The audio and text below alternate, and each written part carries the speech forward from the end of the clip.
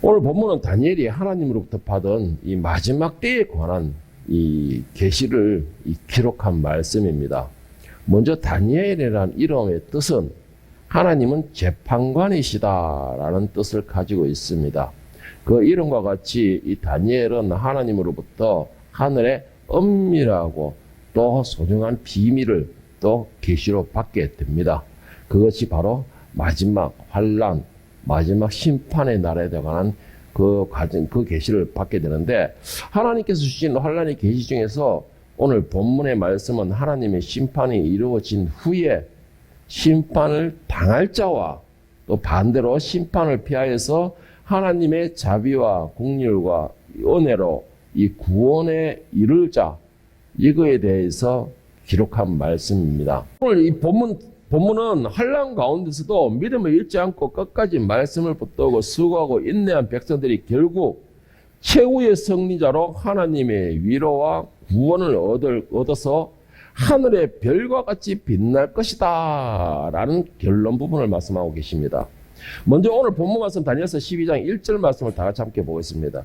그때 내 민족을 호위하는 큰 군주 미가엘이 일어날 것이요 또 환란이 있으리니 이는 개국 이래로 그때까지 없던 환란일 것이며 그때에 내 백성 중에 책에 기록된 모든 자가 구원을 받을 것이라 하였습니다. 이 말씀 가운데 눈에 띄는 대목이 있죠. 바로 큰 군주 미가엘이 일어나서라고 말을 하고 있는 대목입니다. 여러분, 미가엘이 과연 누구일까요?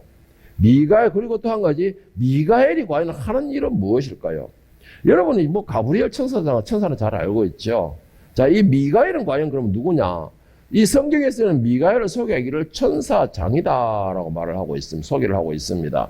다니엘서 10장 13절에 보면 미가엘 천사에 대해서 소개하는 장면이 나오는데, 가브리엘이 소개하는 장면이 나오는데, 이 가브리엘 천사가 미가엘 천사를 소개하기를 가장 높은 군주라고 소개를 하고 있습니다.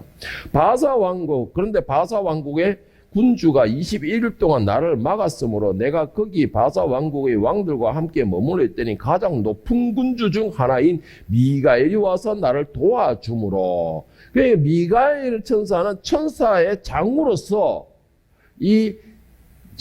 쉽게 말해서 어떻게 하면은 천사 장으로서 인류의 구속사역, 그러니까 인류의 이 관해에서 직접적으로 관련을 하는, 그리고 그 일을 하는 천사가 바로 이 미가엘 천사장이다라고 말을 하고 있는데, 이 미가엘 천사장은 사단과의 전쟁, 또 성도들을 위하여서 싸우는 대리자, 이런 식으로 이 전쟁에 앞장서서 하는 그런 군장이다, 천사장이다라고 말을 합니다.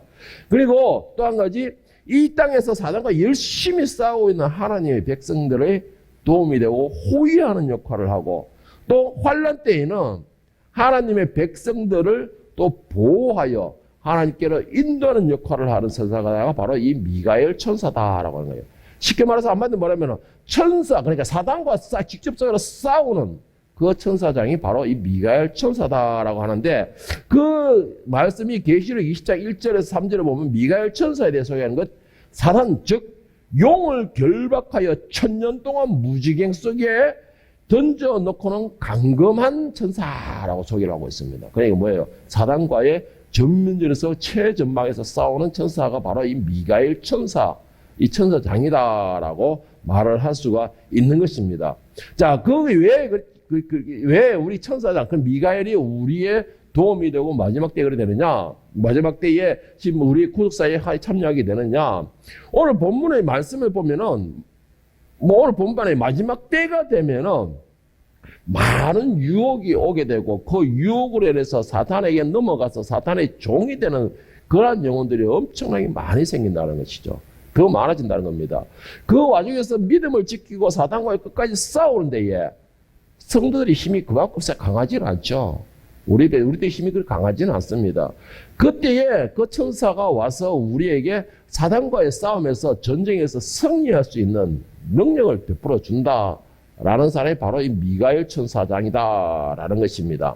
자, 오늘 본문 말씀은 바로 마지막 때에 마지막 때를 살아가는 우리가 어떻게 살아야 되느냐, 그리고 우리가 무엇을 바라보고 소망해야 되느냐라는 것을 말씀을 나눠주는데, 우리에게 세상의 화려한 유혹에 넘어가지 않고 사단과의 전쟁에서 결국 승리해야 된다라는 것을 말해주는데, 그 승리해야 할 이유가 무엇이냐?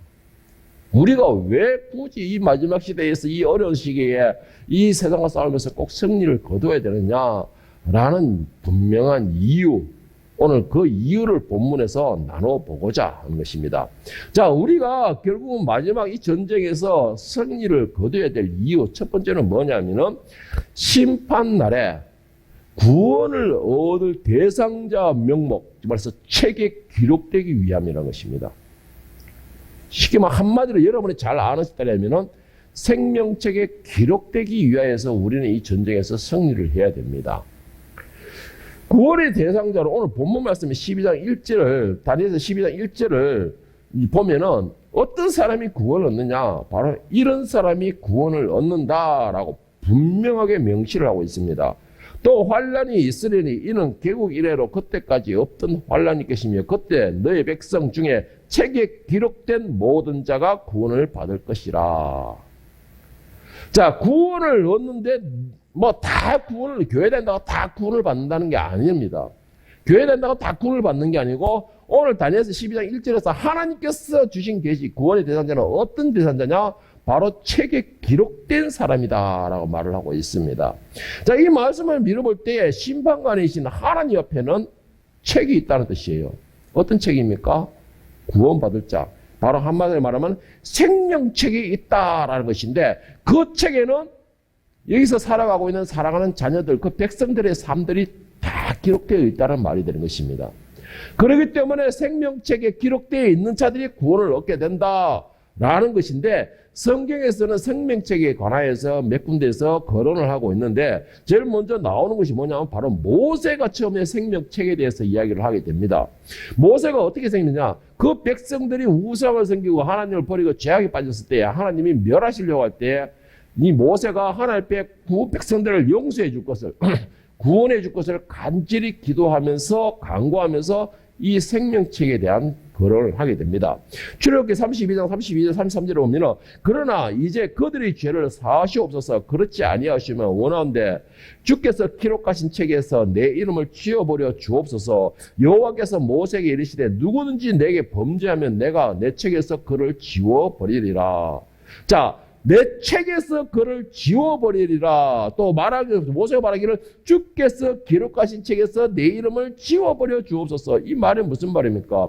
마지막 환란 때, 멸망 때에, 심판 때에도 구원받을 자의 명단이 따로 기록되어 있다, 이 말인 것입니다. 저는 지금까지 여러분들에게 말하기를 이마에 일이 있는 자는 구원시키라 이렇게까지 설명을 했지만, 생명책에 대해서는 그렇게 많이 강조하지 않았었을 겁니다. 그런데 하나님께서는, 심판관이신 하나님께서는 그 구원 받을 자, 자신의 백성들에 대한 기록은, 명분은 다 따로 있다는 것입니다. 그리고 마지막 때, 심판 때에, 멸망 때에, 이 땅을 심판하실 때에는 그 생명책에, 그 책에 기록된 자들은 그 멸망 가운데서 구원을 얻게 된다라는 것이 말씀인 것입니다. 1절 말씀에도 보세요. 오늘 1절 말씀에도 그때 내 백성 중 책에 기록된 모든 자가 구원을 받을 것이다. 여러분, 우리가 이 심판의 날, 환란의 날, 우리가 이 마지막 때에 악한 사단이 완전히 혈안이 되어서 눈에 불을 켜고서 스치는 이 시대에 우리가 왜 견디고 끝까지 있나요? 결국은 최후의 승리를 얻어야 되느냐? 바로 이 생명책에 기록되기 위함이라는 겁니다. 생명책에 기록되지 못한다면 결국은 어떻게 되느냐? 나는 버림받는다는 뜻이에요. 구원에 이를 수가 없다는 것입니다.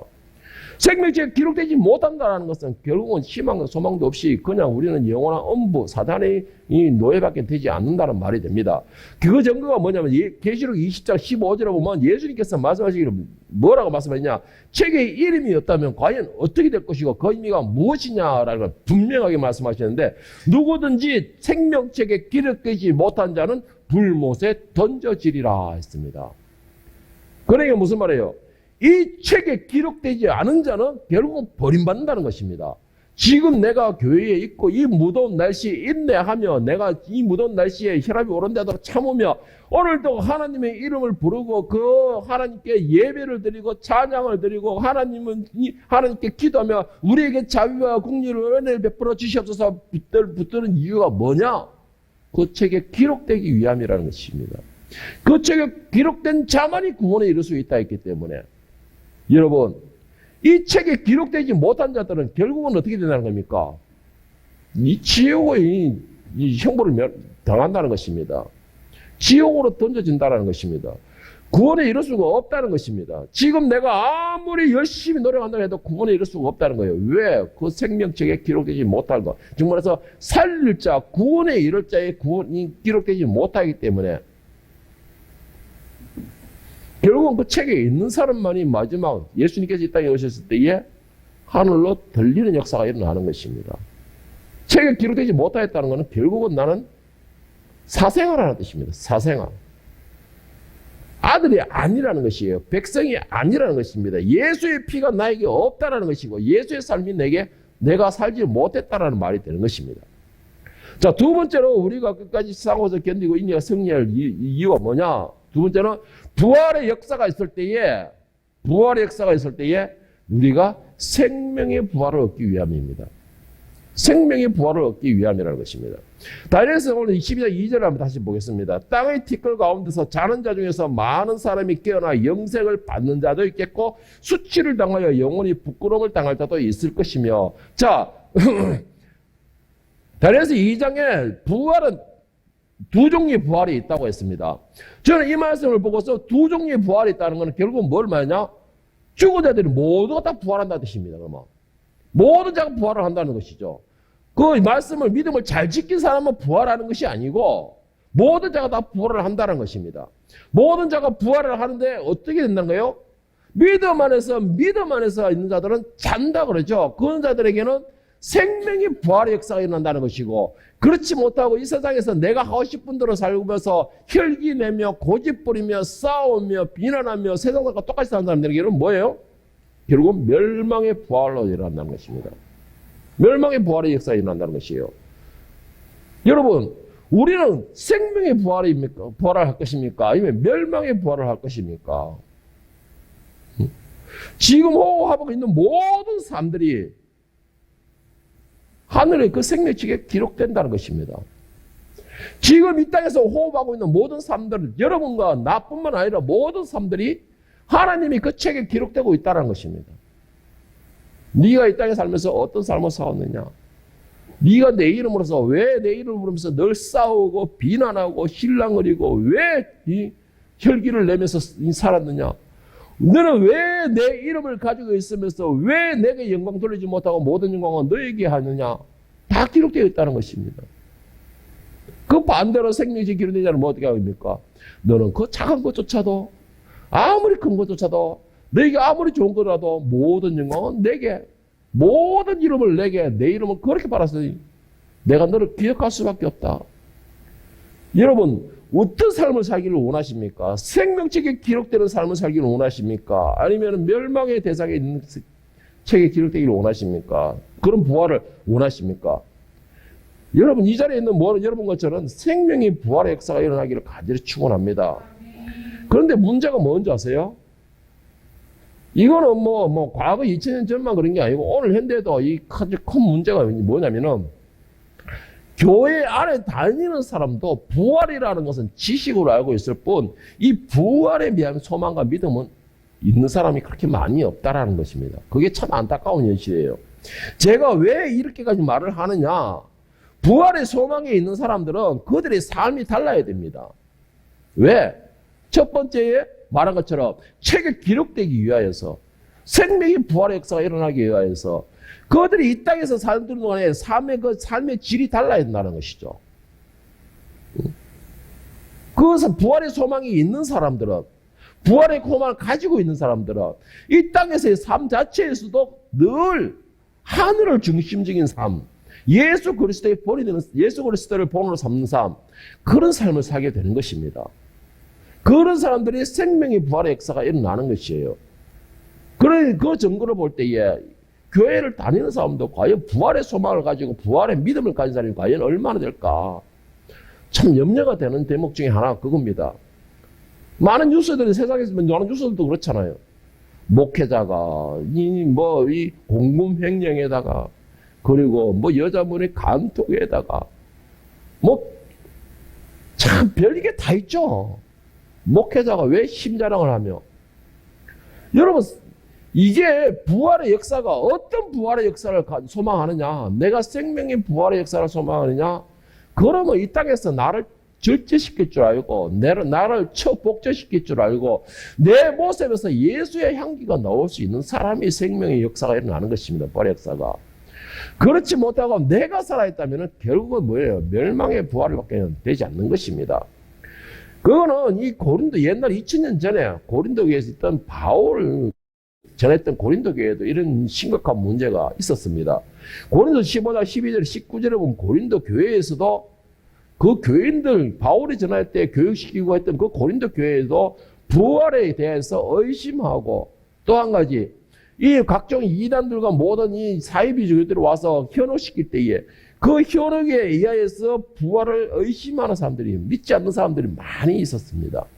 그래서 바울은 편지하기를 어떻게 했느냐? 그리스도께서 죽은 자 가운데서 다시 살아나셨다 전파되었거늘 너희 중에서 어떤 사람들은 어찌하여 죽은 자 가운데서 부활이 없다 하느냐? 만일 죽은 자의 부활이 없으면 그리스도도 다시 살아나지 못하였으리라. 그리스도께서 만일 다시 살아나지 못하였으면 우리가 전파하는 것도 헛것이요 또 너희의 믿음도 헛것이다. 또 우리가 하나님의 거짓 증인으로 발견되리니 우리가 하나님이 그리스도를 다시 살리셨다 증언하였습니다. 만일 죽은 자가 다시 살아나는 일이 없으면 하나님이 그리스도를 다시 살리지 아니하셨으리라. 만일 죽은 자가 다시 살아나는 일이 없으면 그리스도가 다시 살아나신 일이 없었을 터이요. 그리스도께서 다시 살아나신 일이 없으면 너희의 믿음도 헛되고 너희가 여전히 죄 가운데 있을 것이요. 또한 그리스도 안에서 잠자는 자도 망하였으리라. 만일 그리스도 안에서 우리가 바라는 것이 다만 이 세상의 삶뿐이며 모든 사람 가운데서 우리가 더 불쌍한 자이리라. 여러분 이 고린도서 15장의 이 말씀을 나중에 여러분들이 시간 내서 한번 읽어보시기를 바랍니다. 부활의 소망이 없다면 여러분 세상에서 그 어떤 사람보다 우리가 제일 불쌍한 사람이라는 겁니다. 여러분 우리 기독교는요 부활이라는 것이 거의 생명과 같은 겁니다. 우리가 미래를 바라볼 때 뭘 바라보겠습니까? 부활을 바라보는 것입니다. 우리가 하늘에 올라가고 천국에 올라가는 그 존재가 어떠냐면 바로 부활한 육신에 올라가는 것이에요. 새하늘과 새 땅에서 누리는 자들은 바로 부활한 사람들이라는 것입니다. 그런 우리가 하늘을 소망한다 라면 먼저 부활의 소망을 가진다는 것입니다. 그런데 그 부활의 소망에서 생명의 부활에 그말해서 이 구원의 생명의 부활의 역사가 일어나지 못한다면 결국은 우리의 모든 부활도 헛된 부활이고 멸망의 부활이고 소망이 없는 멸망의 부활이 될 수밖에 없는 것입니다. 그래서 우리가 이 마지막 때에 끝까지 인내하고 싸우고 견디고 또 나를 복종시키는 훈련을 하면서 늘 연단하는 이유가 뭐냐? 내가 나중에 이 땅에 예수님께서 오셨을 때에 예수님께서 이 땅에 공중재림하셨을 때에 우리가 그곳에서 예수님 불러오실 때 생명의 역사로서 살아나는 역사로서 다시 구원의 역사로서 부활하는 역사가 일어나기 위한 그 소망 때문에 우리가 오늘도 견디고 인내하고 싸우는 것입니다.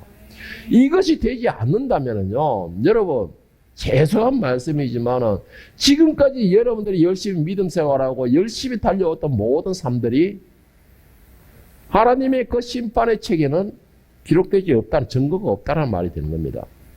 그것은 뭐예요? 가장 불쌍한 사람이다 라고 바울이 말하고 있습니다. 세상에서 가장 불쌍한 사람이다라는 것이죠. 여러분들은 생명의 부활을 믿습니까? 아니, 여러분들은 부활 자체를 믿습니까? 그 부활을 믿는다면 오늘 여러분의 삶 자체가 바뀌어야 됩니다. 어떻게 바뀌어야 되느냐? 하늘의 왕 같은 제사장의 삶이 바뀌어야 된다는 것입니다. 예수님의 삶이 본이 되는 삶으로 바뀌어야 되는 것입니다. 그리고 또한 하늘을 소망하는 그러한 권위 있는 자, 그리고 본부를 지킬 수 있는 자, 그런 삶으로 바뀌어야 되는 것입니다. 그래야지만이 하나님이 가지고 계시는 구원의 대상자, 그 생명책에 기록되는 역사가 일어나는 것입니다. 자, 그렇다면 부활의 역사는 언제 일어날까요? 부활의 역사는 데살로니가전서 4장 15절 17절에서 보면 바울 사도는 부활의 역사에 대해서 이렇게 말씀하고 있습니다. 우리가 주의 말씀으로 너희에게 이것을 말하노니 주께서 강림하실 때까지 우리 살아남아 있는 자도 자는 자보다 결코 앞서지 못하리라.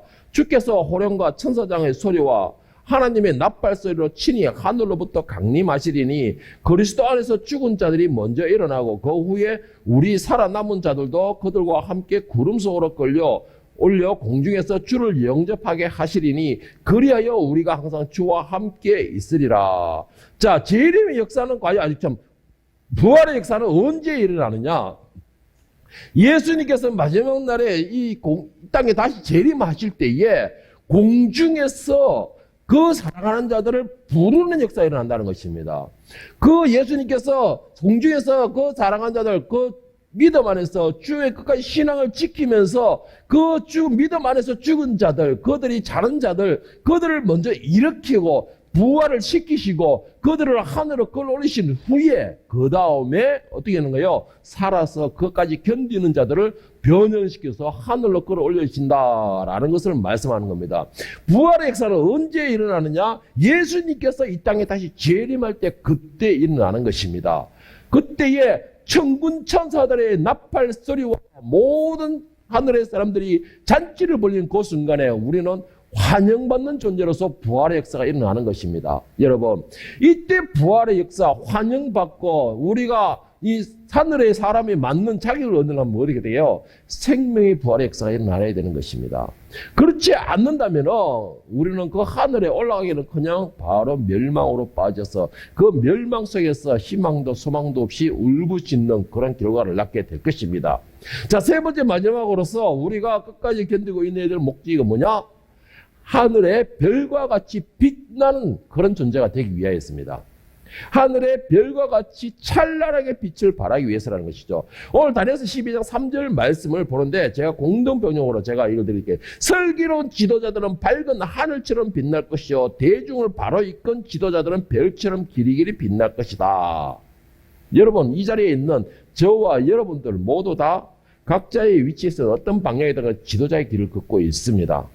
자, 그런데 여기서 말하기를 슬기로운 지도자들은 라고 말을 하고 있습니다. 슬기로운 지도자는 과연 어떤 사람일까요? 자, 오늘 3절 말씀에 뭐래요? 지혜 있는 자는 궁창의 빛과 같이 빛날 것이요 옳은 대로 돌아오게 한 자는 별과 같이 영원토록 빛나리라. 바로 지혜자, 지도자들을 보고 말을 하고 있습니다. 하나님께서 우리에게 어떤 방향이든 간에 어떤 형태든 간에 사명감을 다 맡기셨습니다. 그리고는 그곳에 가서 지도자의 위치에서 지도자의 역할을 본분을 감당하게끔 하였습니다. 그리고 그 본분을 잘 감당한 사람들은 하늘에서 찬란하게 빛나게 하는 빛을 발하게 될 것이다 라고 말씀하셨는데, 그럼 과연 지혜로운 사람이 누구냐? 오늘 다니엘서 11장 33절 35절에 보면 지혜자는 바로 이런 사람이 지혜로운 사람이다 라고 말을 하고 있는데, 백성 중에 지혜로운 자들이 많은 사람을 가르칠 것이나 가르치는 자들이라는 것입니다. 가르치는 자들이에요. 물론 여기서 말씀하고 있는 가르치는 자라는 것은 많은 사람들을 말씀으로 잘 인도하여 하나님께로 인도하는 자, 교사들을 말하고 있겠죠. 그런데 저는 이것을 더 확대시켜서 믿음 안에서 가르치는 위치에 있는 모든 자들을 보고 말하고 싶습니다. 그들이 묻던 말을 하는 데서 보고 듣고 따라오는 자들은 그 스승을 바라보고 가기 때문에, 자, 많은 사람들이 가르칠 것이나, 그러나 그 말씀은 뭐냐냐? 그들이 칼날과 불꽃으로 사로잡힌과 약탈을 당하여 여러 날 동안 몰락하리라. 그들이 몰락할 때에 도움을 조금 얻을 것이나 많은 사람들이 속임수로 그들과 결합할 것이며, 또 그들 중 지혜로운 자 몇 명이 몰락하여 무리 중에서 연단을 받아 정결하게 되며 희게 되어 마지막 때까지 이르게 하리니 이는 아직 정한 기간이 남음이라. 말씀 중심에서 그래도 그 말씀에 타협하지 아니하고 굴복하지 아니하고 끝까지 그 말씀의 중심으로서 자기는 앞서가고 많은 사람들을 따라오게 하는 자들입니다. 그 말씀으로 바로 이끄는 사람들이에요. 옳고 정의로운 방향으로 길로 계속 인도하는 참된 스승들을 말하고 있습니다. 여기서 말하는 지혜 첫 번째는 참된 스승을 말하고 있어요. 그리고 두 번째 지혜자는 어떤 사람이 말하냐? 연단을 견디고 인내하여서 그 연단의 빛을 발하는 사람들입니다. 그 연단의 빛을 발하는 사람들이에요. 정결한 상태예요. 여기서 뭐라 했습니까? 금이 연단하면 연단할수록 더 찬란해진다 했습니다. 그와 같이 연단이 되어서 금같이 순결한 정도, 정결한 상태들, 이런 사람들을 지혜로운 사람이다라고 말을 하고 있습니다. 여러분들, 그래서 지도자 입장에는 그래서 힘들다는 것입니다. 앞서가는 사람은 스스로를 견디고 스스로를 연단하고 스스로를 복전시키며 뒤에 따라오는 사람들의 본이 되어줘야 되기 때문에, 그리고 또 한 가지, 그 사람들에게 바로 가르쳐야 되기 때문에, 과거에는 2000년 전에도 그랬지만 지금도 그렇고 얼마나 많은 무리들이 지도자를 잘못 만나서 그 영혼들이 죽어가고 있습니까? 제가 저번에 한번 제가 환상적으로 보여주셨다는 그 내용, 저는 그걸 너무나 생생하고 너무나 엄청난 일이라서 잊혀지지가 않습니다. 어마어마한 큰 혓바닥이 많은 영혼들을 삼키고 있더라고. 그리고는 그 혓바닥에 삼켜진 많은 영혼들이 고통 속에서 빠져나오고 싶어서 발악을 하고 있더라고. 그 혓바닥의 주인이 누구겠습니까? 물론 근본적인 주인은 사탄이겠죠. 그러나 그 혓바닥을 사용하고 있는 것은 바로 지도자들인 것입니다. 지도자들이 지도자 역할을 감당하지 못하고서 자기들이 욕심만 차리고 있으니까는 그 혓바닥에서 너무나 많은 영혼들이 죽어가고 있는 것입니다. 삼켜지고 있는 것이에요. 여러분, 오늘 이 자리에 있는 저와 여러분들은 누군가를 다 이끌어가는 사람들이고, 또 오늘 저와 여러분들을 바라보고 따라오는 사람들이 있는 사람들입니다. 그러면은 여러분들의 말 한마디, 여러분들의 행동 하나가 그들의 삶에 영향을 미친다는 것을 꼭 기억하시길 바랍니다. 그리고 또 한 가지, 두려워하시기 바랍니다. 두려워하는 자들이 그 행동에 대한 책임감을 가지게 되는 것이죠. 계시록 2장 10절에는 고난과 환난 가운데서도 끝까지 견디고 인내하여 최후의 승리를 얻는 사람에게 예수님께서 언약하시는 말씀이 있습니다. 세 번역으로 제가 읽어드리는데, 네가 장차 받을 고난을 두려워하지 말아라. 보아라, 악마가 너희를 시험하여 넘어뜨리려고 너희 가운데 몇 사람을 감옥에다가 집어넣으려냐 한다. 너희는 열흘 동안 환난을 당할 것이나 죽도록 충성하라. 그리하면 내가 생명의 멸류관을 너희에게 주겠다. 참된 지도자들, 지혜로운 지도자들은 말씀을 믿는 것이죠. 그리고 또 한 가지, 참된 지도자들은, 정말 지혜로운 지도자들은 앞일을 내다볼 수 있는 사람들입니다. 그리고 무엇이 중요하고 무엇이 버릴 수 있는 것인가를 판단할 능력을 가지는 사람들입니다. 오늘 이 자리에 있는 저와 여러분들은 예수님께서 이 땅에 오셔서 나를 위로해 주실 때까지 끝까지 견디고 인내하여서 예수님께서 지금 언약하셨던 이 생명의 멸류관을 얻을 수 있기를, 취할 수 있기를 예수님의 이름으로 간절히 축원합니다. 심판은 누구든지 피할 수 없습니다. 믿는 사람이든 믿지 않는 사람이든 누구든지 피할 수가 없습니다. 다만 그 심판에서 우리가 자비와 공의를 얻을 사람이 있을 뿐이라는 것이죠. 심판은 하나님께서 처음부터 계획하셨던 뜻하신 것입니다. 그렇기 때문에 심판은 누구에게든 이 땅에 임하게 될 것입니다. 마태복음 24장 36절 37절에서 예수님께서 분명히 말씀하시길 뭐라고 하셨냐?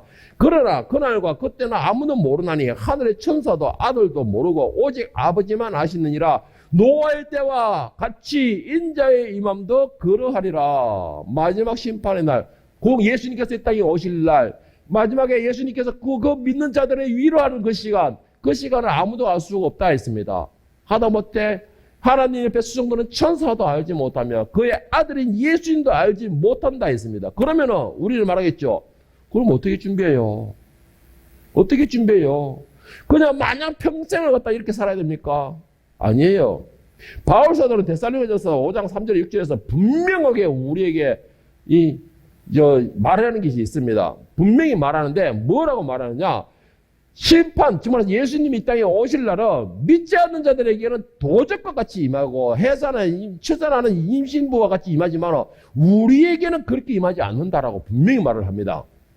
우리에게는 그렇게 임하지 않는다 말을 하는데, 그러면 어떤 사람에게는 도적과 같이 임하고 갑자기 임하게 되고, 어떤 사람에게는 준비되어 찬양과 영광, 찬양과 예수님을 환영하는 그런 마음으로 우리가 영접하는 그런 역사가 일어날 수 있느냐? 이 공동, 데살로니가전서 5장 3절 6절에서 이 공동문역을 제가 얘기해 드릴게요. 사람들이 태평세월을 노래하고 있을 때에 갑자기 멸망이 그들에게 닥칠 것입니다. 그것은 마치 해산할 여자가 닥치는 진통과 같아서 결코 피할 도리가 없습니다. 그러나 성도 여러분들은 암흑 속에서 살고 있지 않기 때문에 여러분에게는 그날이 도둑처럼 덮치지 않을 것입니다. 여러분은 모두의 빛의 자녀이며 대낮의 자녀입니다. 우리는 밤이나 어둠에 속한 사람이 아닙니다. 그러므로 우리는 다른 사람들처럼 잠자고 있을 것이 아니라 정신을 똑바로 차리고 깨어 있으시라. 깨어 있기를 축원합니다. 제가 여러분 이 말씀을 봤을 때 두 가지 나오죠. 이 도둑과 같이 임하는 사람들에게는 어떨 때 임한다는 겁니까? 사람들이 태평세월을 노래하고 있을 때에 그랬습니까? 내가 믿음 안에서 나를 복제시키고 견디고 인내하고 선한 싸움을 싸우지 못하고 그냥 흐르는 대로 오늘 이 시간을 즐겨보자. 오늘 그래야 노세 젊어서 노세 이런 식으로 살아가는 사람들은 어떻게 해요? 멸망이 갑자기 들이닥친다는 것입니다. 마치 해산할 여자처럼 갑자기 들이닥친다는 것이에요. 그러나 중요한 게 뭐예요? 성도 여러분에게는 암흑 속에 살지 않기 때문에 그날이 도둑같이 임하지 아니할 것이다. 이 말이 무슨 말인지 아십니까? 암흑같이 임하지 않는다라는 것은 성도들은 말씀을 본다는 것입니다. 말씀 속에 살아간다는 것이에요. 항상 말씀을 한다는 것입니다. 말씀 속에서 하나님이 말씀하시기 때문에, 말씀 속에서 하나님이 깨달음을 주시기 때문에 그들에게는 준비할 수 있는 여유가 생기는 것입니다. 준비할 수 있는 여유가 생기는 것이에요. 그리고 또 한 가지 뭐가 있습니까? 여러분은 모두 빛의 자녀이며 대낮의 자녀입니다. 빛은 모든 것을 밝히는 것이죠. 대낮은 모든 것을 드러내는 것입니다. 쉽게 말해서 어둠의 자식들은 자기들의 행위를 감추고 죄에 대해서 오히려 두려움이 없지만 대낮에 있는 사람들은 뭐예요? 잘못에 대해서 두려움을 가지는 것이죠. 대낮에 있는 사람들은 감추려도 감출 수가 없는 것이죠. 그러니까 뭐예요? 하나님 앞에서 떳떳하다는 것이죠.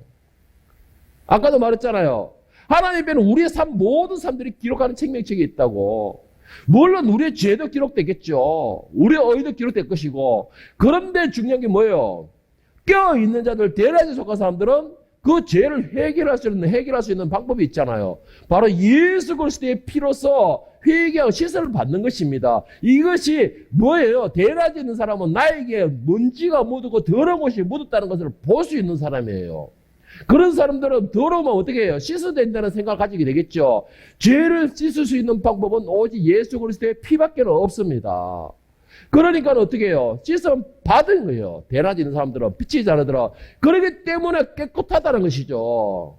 그렇게 있으니까 대낮에 예수님께서 이 땅에 오셨을 때에 두려울 게 없잖아요. 보고서, 듣고서 있는 내가 확인하고 있는 깨어있는 상태에서 예수님이 오시니까 아무리 웅장하더라도 아무리 갑자기 오더라도 놀랄 이유가 없겠죠. 왜 그렇습니까? 저는 여러분들에게 여러 차례 말했습니다. 예수님은 분명히 재림하십니다. 그 시기와 그때는 알 수 없지만 하나님이 말씀하신 것처럼 내가 그 시기와 징조를 보고 알리라. 말씀에 역사하신 것처럼 말씀에 기록하신 것처럼 내가 그것을 보고서 알리라 하셨기 때문에 나는 그 말씀을 전했습니다. 그리고 여러분들은 들었습니다. 그렇다면 여러분들도 분명하게 부활에 있다는 것이 알 것이고 하나님께서 이 땅을 심판하실 것이라는 것도 깨달았을 것입니다. 그러면 나머지는 어떻게 됩니까?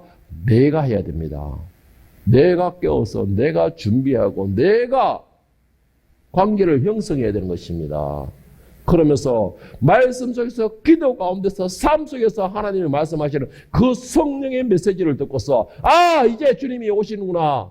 그러면 내가 준비해야지. 그런 준비를 할 수 있는 사람이 바로 오늘 데살로니가전서 5장에서 말하는 게 뭐예요? 깨어있는 사람, 대낮에 속한 사람이라는 것이죠. 우리는 깨어 준비함으로 다시 오실 예수님을 찬양으로 맞이할 수 있기를 바랍니다. 하늘의 사람으로 준비되어서 하늘에서 영원토록 아름답게 빛을 발하는, 하늘에서 찬란하게 빛을 낼 수 있는 그러한 정말 아름다운 별, 정말 모든 사람들의 눈길을 받는 그런 별이 될 수 있기를 예수님의 이름으로 간절히 축원합니다.